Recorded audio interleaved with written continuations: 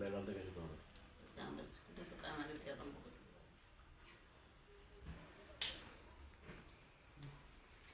দীর্ঘ কেরিয়ারে আজিজুর রহমানের দীর্ঘ কেরিয়ারে অনেকগুলো ছবি, প্রায় 52টা ছবি উনি নির্মাণ করেছেন। জাতীয় চলচ্চিত্র পুরস্কার না পেলেও তিনি অনেক ভালোবাসা পেয়েছেন এই দেশের মানুষের। মৃত্যুর পরে 21শে পুরস্কারটা পেলেন, 21শে পদক। আপনাদের এই অনুভূতিটা কেমন? অনুভূতি খুবই ভালো, খুব আনন্দিত আমরা, কিন্তু উনি থাকলে আরো বেশি আনন্দিত হতেন।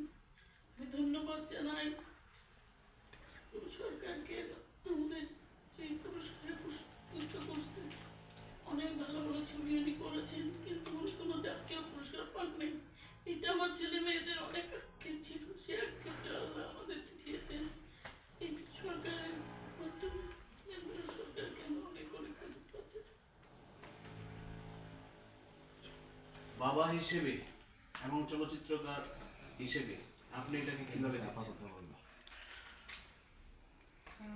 আমার বাবা চলচ্চিত্র পরিচালক কাজী রহমান, উনি বাংলাদেশের চলচ্চিত্রের জন্মলগ্ন থেকেই চলচ্চিত্র জগতের সাথে জড়িত।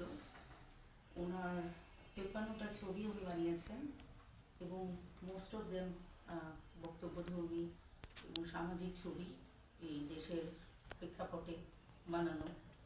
এবং উনি সবসময় গর্ববোধ করতেন যে আমার এখনও এই বয়সে মৃত্যুর আগ পর্যন্ত উনি ওনার চলচ্চিত্রগুলিকে নিয়ে উনি খুব গর্ববোধ করতেন যে সবাই আমার চলচ্চিত্রটাকে নাম বললেই চেনে।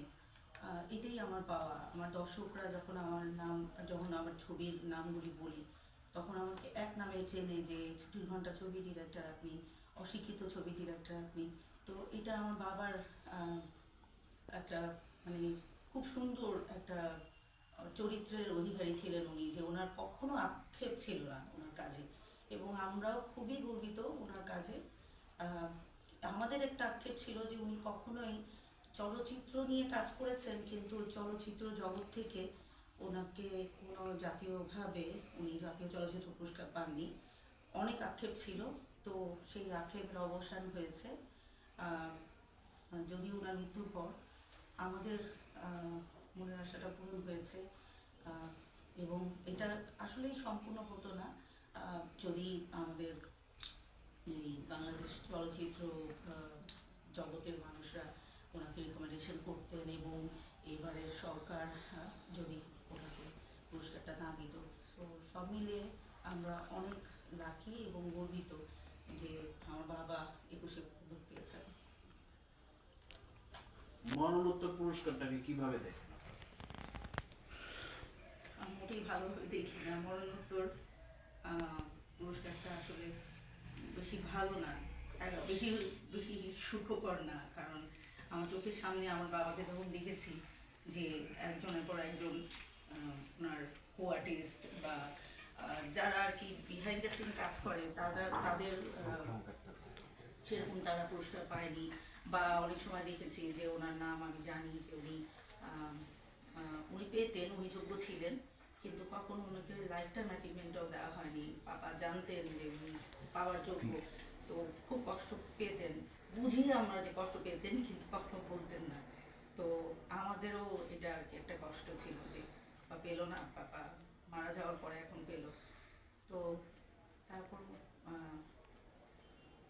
মানে কি আর বলা, আসলে সত্যি কথা, মানুষকে তাদের মূল্যায়নটা করা উচিত, তাদের জীবন দশায় তাদের মূল্যায়নটা করা উচিত। আজিজুর রহমান, আপনারা কি মনে করেন আপনার বাবার কোন কোন ছবিতে আসলে জাতীয় পুরস্কার পাওয়ার দরকার ছিল, এমন কোন কোন ছবির কথা মনে পড়ে? আমার বাবার পরিচালিত মাটির ঘর, জনতা এক্সপ্রেস, যেটা কিনা কাস্টম ফিল্ম ফেস্টিভ্যালে গিয়েছিল, তারপরে আপনার ফুলেশ্বরী, তারপরে অশিক্ষিত ছবিটাও খুব ভালো করেছিলেন। ওটা যেমন শিক্ষার কোনো বয়স নেই, এটাও খুব ভালো একটা বক্তব্যধর্মী ছবি। এবং ছুটির ঘন্টা তো অবশ্যই আছে, যেটা কিনা আমার বাবা ছুটির ঘন্টা ছবিটা আসলে অশিক্ষিত ছবির শুটিংয়ের সময় উনি একটা পেপারে এই নিউজটা পেয়ে তারপরে এটা নিয়ে রীতিমতো উনি আপনি বলতে পারেন যে ফাইট করেছে যে কেউ এই ছবিটা বানান।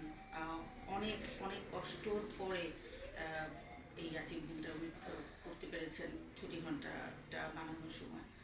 তো এই তো আরও অনেক ছবি আছে, 53টা ছবি বানানো। আপনার কাছে প্রশ্ন এই আজিজুর রহমানের মানে এত 53টা ছবির মধ্যে কোনো ফ্লপ ছবি নেই। এই যে একজন ব্যস্ত, কিন্তু আমরা দেখেছি আজিজুর রহমানকে একজন শান্ত শিষ্ট, মানে একেবারেই মানে আছে না, কাজ করতে গেলে একটু ব্যস্ততা থাকতে হয়, মানে খুব ব্যস্ত, কিন্তু মানুষটাকে আপনি হ্যান্ডেল করেছেন। অনেক ভালো মনের মানুষ ছিলেন, সবসময় কাজটাকে বেশি প্রাধান্য করতেন। বাসার মানে আমাদের সাথে সংসারের চাইতে সে কাজটাকে বেশি প্রাধান্য